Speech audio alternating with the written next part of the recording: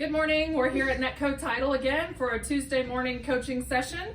And this morning we have two industry leaders dealing with HUD Homes. So we've got Melissa from Superior Realty that's going to be giving our first presentation today and just giving you a general overview of what HUD houses are, how the programs work. And then also we have Michelle Krubaugh from Planet Home Lending, and she's going to give us some information about financing and how to do the $100 down lending program that HUD is offering. So without further ado, we'll get Melissa up here to go through the HUD houses with us. Thank you. Canned applause. Okay, good morning. I am Melissa, like she said, with Superior Realty. I work for Bassam Prashadi, the listing broker for HUD, one of them. There's 5 now. As we start here, we'll start with what is a HUD home. There's a lot of people that ask, what is a HUD home? So we will go over that briefly. It's a property that is owned by Housing and Urban Development. Usually when you call in, I will tell you it's owned by the government, but government is broad. It's very sold and as is condition. Get that through your head now. Okay? Sorry, everyone asked me that. The previous owner of HUD Homes, they defaulted on an FHA loan. So not VA, VAs end up going back to VA. It's the loan of FHA. They default on their FHA loan. And sometimes it'll go back to the bank. The bank will get a certain amount of time to sell them, and then boom, it's back to HUD. I'm always calling agents, hey, because they list for a bank, and I'm like, hey, I need you to get that off because we now have it. They don't even know that we have it already because it's that quick of a process. FHA loans are usually easier, and Michelle will probably tell you, to obtain when you have credit issues. And obviously why we have more HUD homes is because FHA is easy. They already had some credit issues, and then they steamroll and go back down that hill, and then again they're defaulting on a loan. And that's why we have a lot of HUD homes that are a HUD home more than once. We've gotten listings before where we had them like 5 years ago, and here we are again. So they are easier to obtain, and that's why you see usually the FHA $100 down program, which I'm so glad you're going to talk about that, because I usually refer all lending questions to a lender because I'm not a lender. People ask me questions like that too. Who can purchase HUD homes? Well, anyone that is not affiliated with HUD. So I cannot purchase a HUD home. My husband cannot purchase HUD home. Anyone that is like directly lined with me can, just like my father-in-law Bassam, his wife cannot purchase a HUD home because we work for HUD. That's one of the things you'll have to ask your buyers when you're going to place a HUD offer. More than likely they probably don't work for HUD, but you should still ask them just to make sure. So anyone that is not affiliated with HUD. So individuals, owner-occupants, investors, businesses, obviously, LLCs, any of those people can purchase HUD homes. When you're financing a HUD property, there's obviously different avenues you can take. Cash, if everyone would purchase with cash, that would be great. That would be so easy. Not for you, Michelle, sorry. Right. But not everyone's gonna have cash, obviously. So there's conventional, obviously. And then there's FHA. FHA has several different loans. So you have the FHA 203B. Then you have FHA 203B with escrow, meaning that the house has some repairs that it needs to be done to bring it up to FHA standards. Again, I generally kind of know what those standards are going to be. So when you're walking through the house, it's kind of a good idea to kind of know what the appraiser is going to, probably call out. Just to give the buyer an example. And HUD has disclosures. They have the property condition report, which you take that with a grain of salt. Remember, the field service management that field feeds these papers out, if you've seen them before, you would know to take what their reports are with a grain of salt. I don't think they know what they're talking about half the time. Shh, don't tell people that. But because they'll say, oh yes, the plumbing is great, and you're like, you turn the water on and like there's a leak and you're like, whoa. So when you're walking through the home, look under the cabinets with the disposal, look at different things because sometimes they miss stuff. The property disclosure will list usually what the appraiser will call out. So you want to look at these forms. You want to have your buyer sign these forms. It's important. Usually, as long as the listing broker is doing their job, they should tell you to do that. I usually tell always, I'm like, you need to get this sign, this sign, this sign, because it covers you. Because again, the buyer's purchasing this property and as is condition, so you want them to be as informed as possible. You don't want to hide anything, obviously. As real estate agents, we don't want to hide anything, period. But with HUD Homes, you really want to be like over exaggeration with a lot of things, because again, they're buying in as is condition. They don't really know the condition of the home, neither does the FSM. So the repair escrow, the lender is going to come up with that number with corroboration of what the appraiser calls out, but the disclosure will kind of give you an idea. So 203B with repair escrow, you can do that type of loan when the repairs are under $10,000. Once, oh man, I had to touch it.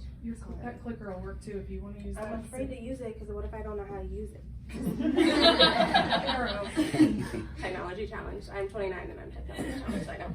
And then 203K is a rehab loan. It's a more difficult loan. The repairs are over $10,000. And FHA rules change often. Sometimes they change way more quickly than lenders can even keep up with. And they roll out different programs all the time. And so just remember, FHA, when you're doing FHA, the rules will change. It's not always the same every time. So don't get mad at the lender when the lender doesn't know, because they're like, well, this just changed a week ago. Like, I'm trying to keep up here.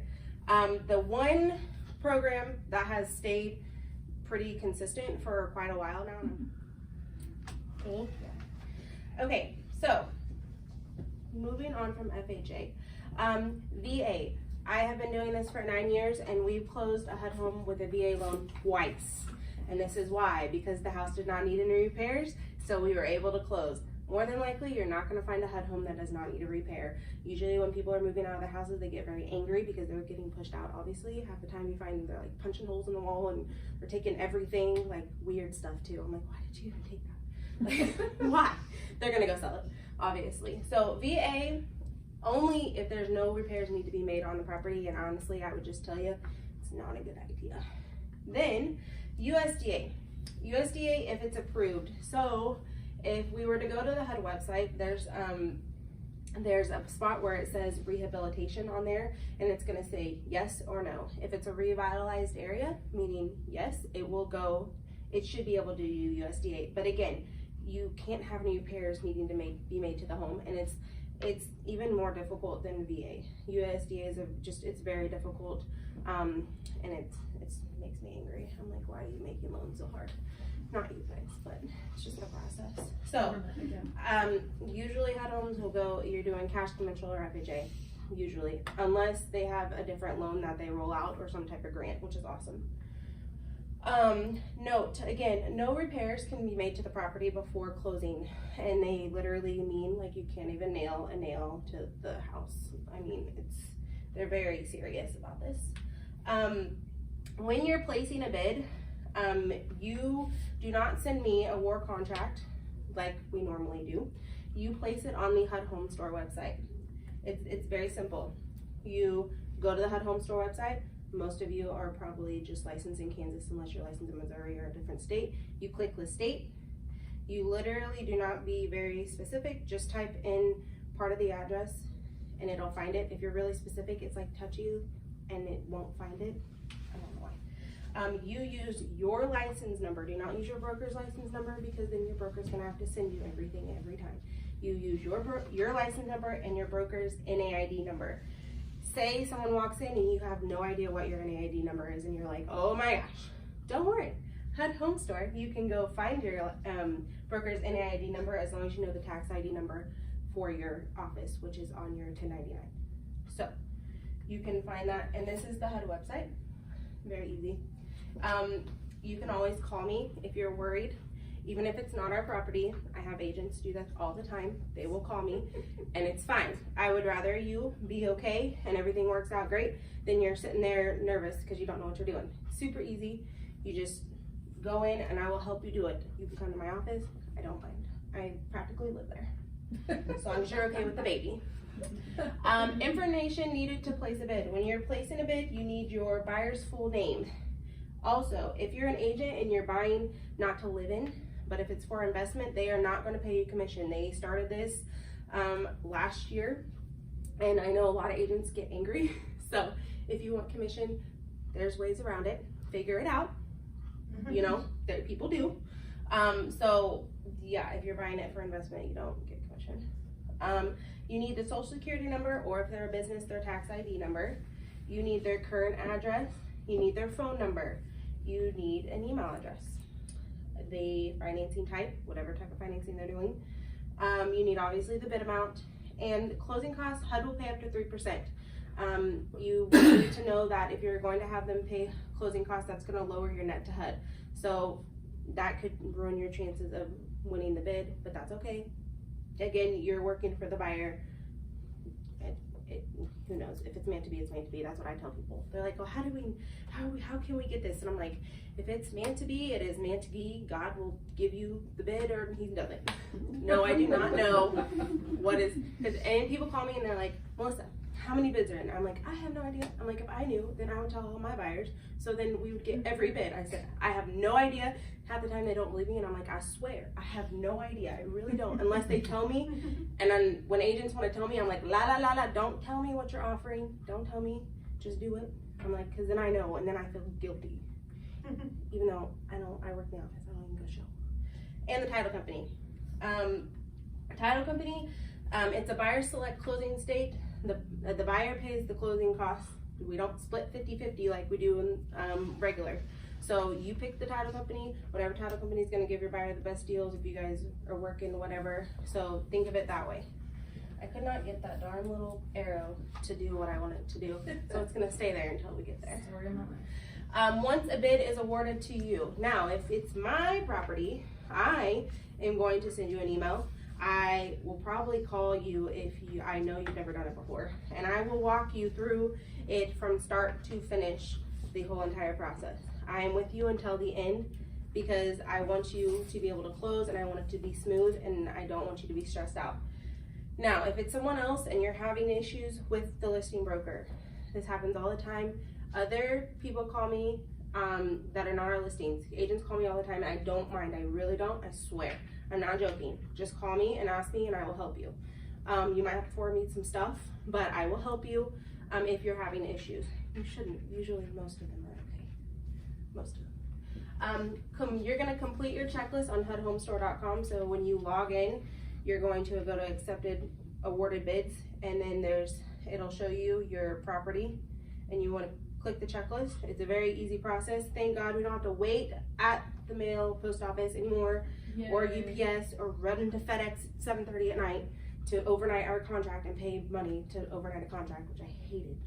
Yep. And I was like, ugh, we can now go digital because we're in the 21st century. Good job.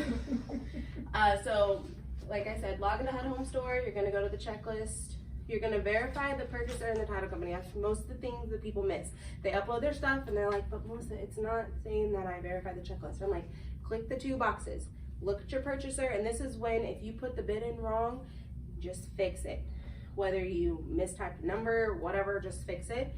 And you need to verify the title company. There's 2 little check marks, and then you're going to upload your lender letter or proof of funds. On all of our properties, if you're not sure, because they're a little bit picky on the lender letter, they want like everything certain, you can't have this worded. I have a pre-approval guidelines on all of our properties, and I will send you one if you want one. I've been using it for years because it's very simple and very easy. You can just shoot it over to the lender and be like, this is what I need. And it's much easier for them too, because you know they're busy too. They don't have time to change a lender letter 50,000 times. And then you're gonna upload the broker money receipt. That's another thing. The earnest money, it does have to be certified funds, and so that means cashier's check or money order. You make it out to the title company, and you have to take it to the listing agent, which I know this takes so much time. Of course, they can't make everything easy. They have to make something difficult. Take it to the broker. They're gonna sign. They're gonna give you a copy of it, and then you upload that as well. Which, if they're doing their job right, we are supposed to send it to them so they know that we have it too. So there's like a double. They have like 2. The bottom of the screen, this is what you want it to say. changes say successfully, you have verified the checklist. If it does not say that, and you cannot come to my office, I will ask you, give me your login. I will not keep your stuff, and I will go in there and I will figure out what's wrong. I do that all the time too. Well, it's so much easier. They're like clear across town. They don't drive over east side. The east side contract. So that is generated by Kronos. No, we do not generate your east side contract, and I don't even get to see it until you are completely done. So if you have questions, I'm gonna have to ask you to forward it to me. I have most everything memorized, but some things I don't. So it comes through you DocuSign. The agent will review it first. The agent literally doesn't sign anything. The only thing you might put in is the marital status of the buyer. That is all you do, which is very odd. I feel like the agent should sign, but they don't. The broker does sign. If your broker does not look at their email, just be like, hey, I have a contract in your email. Can you please sign it? After the broker, the buyers will sign, and it will be in the order that you put on the bid. So if you put Tom first and Jane second, Tom's gonna get it first. Once Tom signs, then Jane's gonna get it. Very simple. You can still pull up the contract in your email after you sign it. So if they wanna go, if they're, old fashioned and they wanna go page by page, you can still do that. So don't get like nervous. They're like, well, I'm not gonna answer the questions. Can you pull up the contract? You'll be able to. Title company will then receive it. Most of the title companies, they check their email all the time, so they'll sign. You shouldn't have a problem with that. And then Kronos will sign, and then everyone gets a copy. So I literally don't see anything until we get to here. So if you need help, bear with me. HUD inspections. When you're doing a HUD inspection, it's a little bit different than a regular home inspection, as you know. Owner occupants, they get a 15-day period from when the date of the contract is signed. So that's when HUD signs it. That is when it starts, and it's 15 days, not business days, 15 days. Now, if you do the inspection on the 16th day, they're probably not gonna kill you. But if you wait till the 30th day, they're probably gonna be like, why'd you wait so long? So generally they don't pay attention to it that much, but they don't wait forever to do the inspection. You have to request the utility turn on from the field service management. That's a must. If you want the utilities turned on to do your home inspection, you have to ask for permission. And I'll tell you right now, if the property condition report states, hey, there's a plumbing problem, they're gonna be like, no water. And guess what? You get no water, you get no gas. Because obviously if they turn the gas on and there's no water, your water heater will blow up. So, yeah. So then sometimes you only get electrical. And again, if buyers are uncomfortable with that, right then and there, they can cancel. 99.9% the buyers that are owner occupants always get their earnest money back. I have not yet gotten the point where the buyer did not get their earnest money back. They do. Investors are a little bit different. Investors, if the property is insured with FHA financing, mean that the repairs they deemed are under the $10,000 mark, they are not going to get their earnest money back. So that's another thing to tell your investors. Hey guys, are you sure you want this? Like, I don't know, they think investors should know things. I don't know why, but they do. But if it's uninsured, meaning that they think that the repairs are deemed over the $10,000 mark, they can get half their earnest money back if they cancel. A lot of people don't know that, so make sure your investors know. There's the utility activation form link. It's the buyer, it's basically you're signing the okay for the buyer. So you literally type the buyer's name and the buyer just gets an email. And once you can only turn the utilities on for 72 hours, excluding weekends. So I usually tell people, hey, if you turn the utilities on from Thursday, then keep them on till Monday, because they don't count the weekend. Then you have them on for a longer exterior dependent time. Also, I tell people if you're going to have an inspection, you want to turn the utilities on the day before. And because if you have any hiccups with the utilities, it's not on the day of inspection. So that's always a very good cue, is to turn the utilities on the day before your inspection. Let's see, what else did you do? Let the appraiser know, or the lender, obviously, so the lender can let the appraiser know the utilities are on. A lot of lenders want the utilities on for the appraiser, and since you can only have it on for that mark, instead of having to turn them off and then the buyer have to turn them back on and you have all these fees that are included to that, Tell them when it's on so they can go out at the same time. Try to coordinate that, try to help. Communication is key when you're doing this. And I was just lost my train of thought because I thought of something else. It's okay, it'll come back to me. Investors, again, they can inspect, but they're not guaranteed their earnest money back. So just remember that for your investors. Do's and don'ts with HUD Homes. Just be organized. Being organized is the best thing that you can possibly be. And then honestly, we have a policy. We're not going to show you a home unless you have a pre-approval letter or you have cash. But other companies are different, but I will tell you right now, don't place that bid unless you have a pre-approval letter or they have cash in the bank, because you have 2 business days to get HUD everything, and it's way easier if you already have all your ducks in a row. A lot of buyers won't like that, but I'm like, get over it. No. But, you know, you don't want to waste their time, and you don't want them to waste your time either. So having all of that beforehand is usually better. Agents need to make sure they remain with the buyers at all times at the property. So if for some reason you can't be there, ask one of your agents in the office, broker, someone, be with the buyer while they're there. I will tell you right now, inspectors that already have an E-key, they're fine, because they have an E-key, and so they're recognized with WAR that they're fine. But if they don't have an E-key, you should probably be there.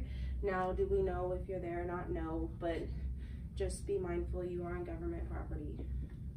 They like everyone to be there that's licensed. No inspections until the agent has permission from the FSM to turn the utilities on.